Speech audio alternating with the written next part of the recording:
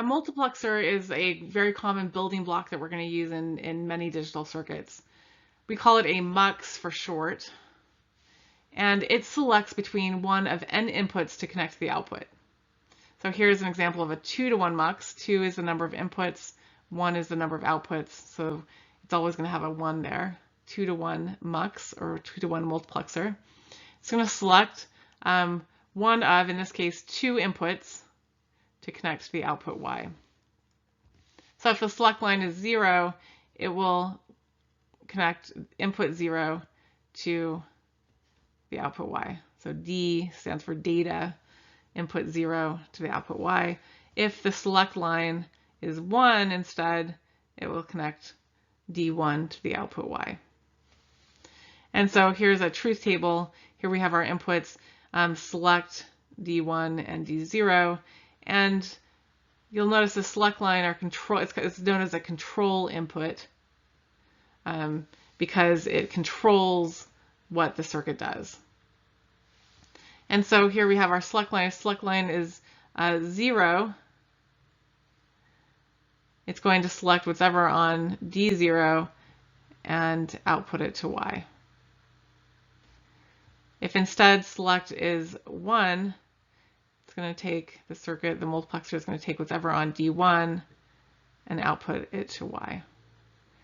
And so there are several ways that we could have written this. Here's another way that we could write this. If select is 0, Y equals D0.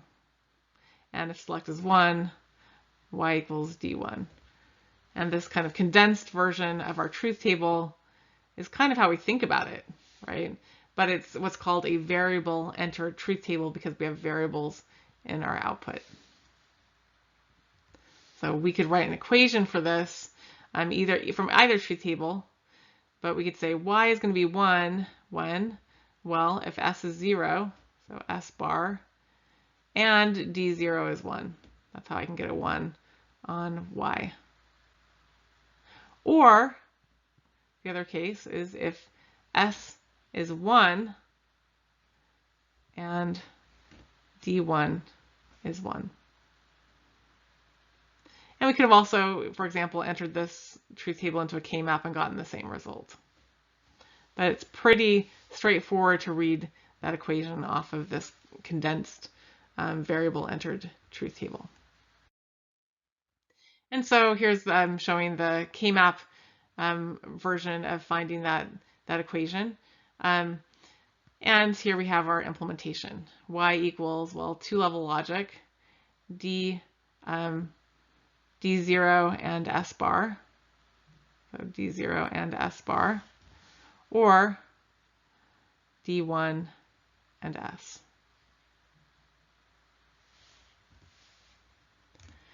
So it turns out there are often multiple ways to implement an equation or a function, and here's another way that we could have done that using tri-states.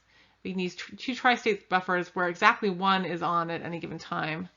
So if we put our select line on our tri-state buffer, this is a low asserted enable input.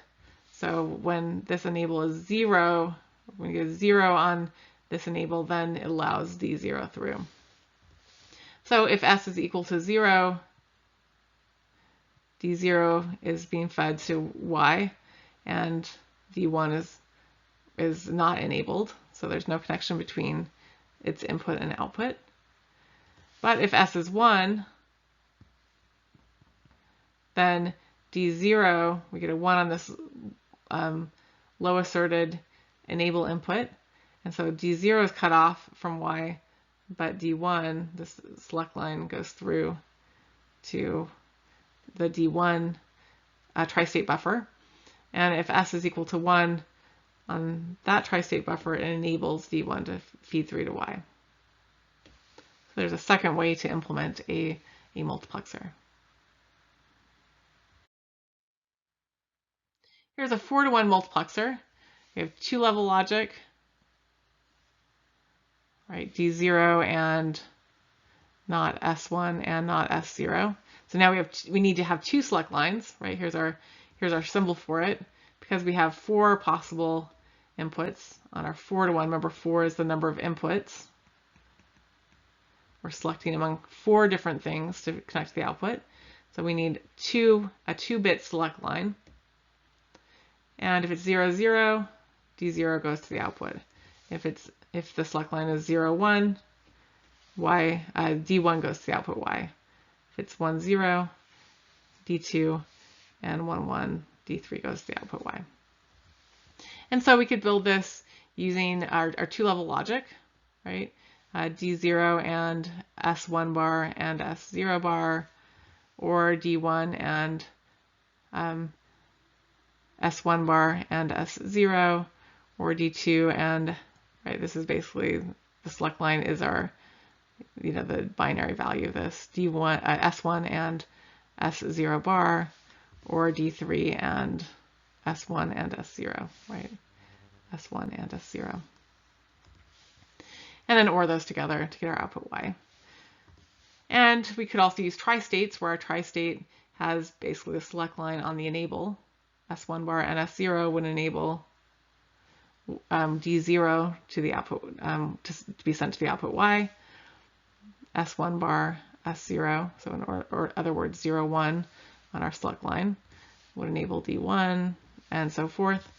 And we can actually do a hierarchical version of our 4 to 1 MUX implementation. So 3 different circuits that allow us to implement this function, this multiplexer function. And so we have D0 and D1, D2, and D3, basically using the least significant bit, there's this bit, to select amongst which one is going to this kind of intermediate value of S1. And so if D0, if S0 is 0, we have either D0 or D2 going to this intermediate, or this second layer of multiplexers, right? So then it's selecting these two, D0 and D2, and now we're going to use our most significant bit, S1, to select between either in this case, D0 or D2. So if S1 were 0, then D0 would feed all the way through if both of these were 0. If it were, right, this is now our most significant bit. If it were 1, 0, then we would want if S1 were 1 and S0 were 0, we'd want D2 to go through. So even though D0 was sent here, D2 is sent here, we have a 1 down on our bottom multiplexer, then it would send D2 to the output Y. So this is mostly to show that there are many ways, often many ways to implement a single function. So in this case, we showed 4 ways to implement a 4 to 1, or 3 ways to implement a 4 to 1 multiplexer. So it turns out that we can use multiplexers to perform logic as well. So we can use it as what's called a lookup table, where we're looking up the value to send to the output. So let's say, for example, we want to implement the function y equals a bar b. Okay, well, that's this function. Y equals a bar b has a 1 in the 0, 1 input combination case, right? We want to output a 1. So we could connect our select lines to the inputs a and b. And then we basically connect our table to the inputs. So we put zeros on our, these are ground or 0. There's our ground symbol. Ground, or, right, it's our 0 voltage.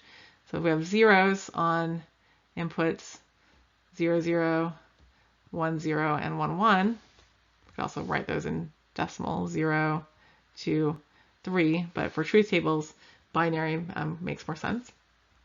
And then we tie our 1 or high, this is our VDD symbol. That symbol is VDD, or high, or our 1, to our 0, 1 data input. So if, for example, A is 0 and B is 0, well, it would select this input, which would feed a 0 to the output Y. If, however, A were 0 and B was 1, then the multiplexer would choose this input the high input to feed the output Y as we desired.